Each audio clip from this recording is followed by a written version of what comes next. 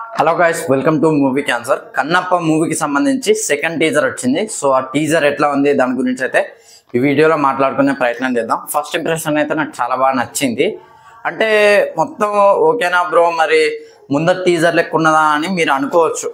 So ఆ question మీకు వచ్చుంటే మాత్రం కొన్ని ఫ్లాస్ అవుతున్నాయి, కొన్ని అయితే మైనస్ పాయింట్స్ ఉన్నాయి, కొన్ని అయితే ప్లస్ పాయింట్స్ ఉన్నాయి. ఫస్ట్ ప్లస్ పాయింట్స్ డిస్కస్ చేద్దాం, తర్వాత మైనస్ పాయింట్స్ గురించి డిస్కస్ చేద్దాం. ఎందుకంటే ఫస్ట్ పాజిటివ్ సైడ్ నుంచి చూడాలన్నమాట. సో మంచు విష్ణు గారు అయితే టోటల్గా చేంజ్ అయ్యారన్నమాట. అప్పటి ఎక్స్ప్రెషన్స్తో కంపేర్ చేస్తే నేను అనేది ఎక్స్ప్రెషన్స్ అయితే చాలా షార్ప్ ఉన్నాయి. అంటే ట్రోల్ చేయని విధంగానే అవుతున్నాయి అన్నమాట. బట్ డైలాగ్ డెలివరీ అంటే ఏదో ఒక డైరెక్టర్ ఉన్నారు, ఆ డైరెక్టర్ మనకి డైలాగ్ చెప్పు బాబు అని అంటే చెప్పినట్టుగా అనిపించింది నాకైతే, ఫ్రాన్గా చెప్తానా. అండ్ విజువల్స్ అయితే బాగున్నాయి, కాకపోతే ఇంకొక కాడ కూడా విజువల్స్లలో పోయినాయి. సో అది దాని గురించి కూడా చెప్తాను నేను. అండ్ బీజిఎం నాకు చాలా బాగా నచ్చింది. బీజిఎం టీజర్ 1తో కంపేర్ చేస్తే టీజర్ 2లో అయితే బీజిఎం నాకు చాలా బాగా నచ్చింది. సో ఒకసారి చూడండి. అండ్ ఇక నేను చెప్పనక్కర్లేదు, మీకు అందరికీ అర్థమైపోయే ఉంటుంది. ఈ మూవీ చూసేది ఒకళ్ళ కోసమే, నేనైతే ఫ్రాన్గా చెప్తాను. ఆల్రెడీ మనకు తెలిసిన స్టోరీయే, we know the ending.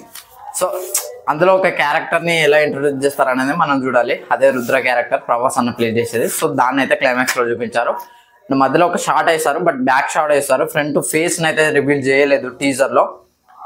So క్లైమాక్స్లో అయితే ఆ ఫేస్ని రివీల్ చేశారు. ఇక మైనస్ పాయింట్స్ విషయానికి వస్తే ఎక్స్ప్రెషన్స్, ముఖ్యంగా మోహన్ బాబు గారు అయితే నాకైతే అస్సలు నచ్చలేదు. డైలాగ్ డెలివరీ ఏందో మరి నాకు అది అర్థమవుతలేదు.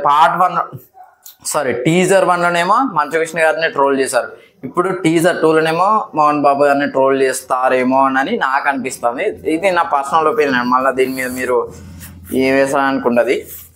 నెక్స్ట్ శివుడు, అక్షయ్ కుమార్ గారి దండం పెట్టాలి దూత. అసలు ఏంది ఆ ఎక్స్ప్రెషన్స్, ఏంది అసలు నాకు అసలు నచ్చలేదండి.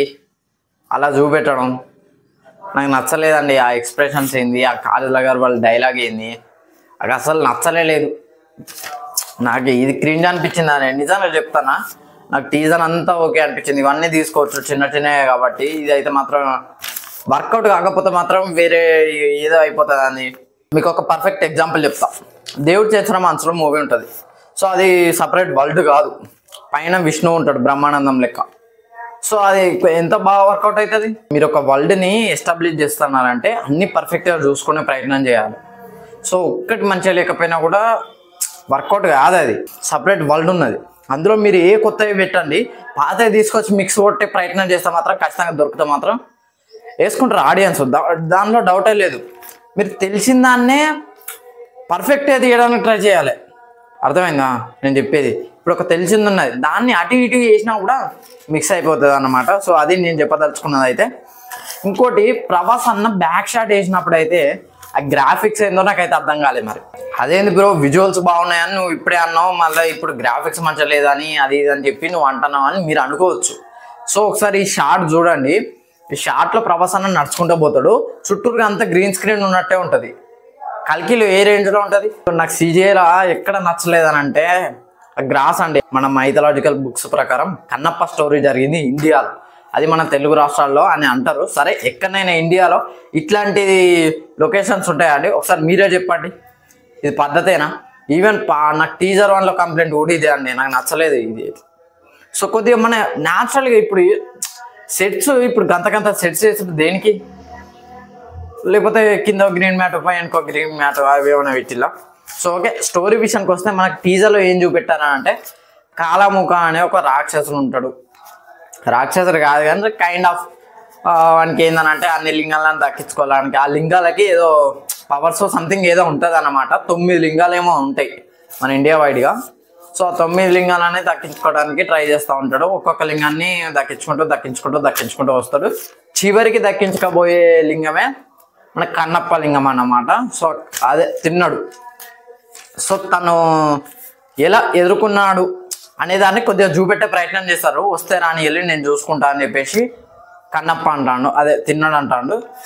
సో ఫైట్ని మనకు టీజర్ 1లో చూపెట్టారు. ఫైట్ చేస్తారు కదా, తను ఓడిపోయే సిచ్యువేషన్, ఎవరో గుండెల మీద నరికితే శివయ్య అని అరుస్తాడు. సో ఆ సిచ్యువేషన్ వచ్చినప్పుడు మరి శివుడు భక్తుడైన రుద్ర అనే క్యారెక్టర్ వచ్చి కాపాడతాడా లేదా శివుడు వచ్చి కాపాడతాడా అనేది మనం చూడాలి. సో ఇది ఫ్రెండ్స్ ఓవరాల్గా. ఇంత మించి అయితే ఏం చూపెట్టలేదు టీజర్లో. 9 లింగాలు ఉంటాయి. దాన్ని నాశనం చేయడానికి ఒకడు కాలముఖ అని ఒకడు ప్రయత్నిస్తూ ఉంటాడు. వాళ్ళ సైన్యంతో అన్ని లింగాలను ఆక్రమిస్తాడు. ఒక్క లింగాన్ని ఆక్రమించాడు, అదే తిన్నడు ఉండే ప్లేస్లో ఉండే లింగం అన్నమాట. సో ఆ లింగాని కోసం తిన్నడు వాళ్ళ ట్రైబును కాలముఖ ట్రైబు యుద్ధం చేసుకుంటూ ఉంటారు అన్నమాట. సో మధ్యలో తిన్నడు ఓడిపోతాడు. తిన్నడిని రక్షించడానికి ప్రభాస్ అన్న వస్తాడు. సో అదే రుద్ర క్యారెక్టర్ వస్తుంది. రుద్ర క్యారెక్టర్ వచ్చి హెల్ప్ చేస్తుంది. అంతే, ఇంతకు మించి అయితే ఏం లేదు. తర్వాత తను భక్త కన్నప్ప ఎట్లా మారాడేది అనేది మాత్రం చూపెట్టలేదు. మేబీ పార్ట్ 3 యానిమేషన్ పార్ట్ 3లో చూపెట్టే ప్రయత్నం ఏం చేస్తానేమో అని నేను అనుకుంటున్నా. సో ఇది ఫ్రెండ్స్ ఓవరాల్గా second teaser of Kannappa. So video నచ్చితే లైక్ చేయండి, షేర్ చేయండి, కామెంట్ చేయండి, ఛానల్ సబ్స్క్రైబ్ చేసుకోండి. Thanks for watching.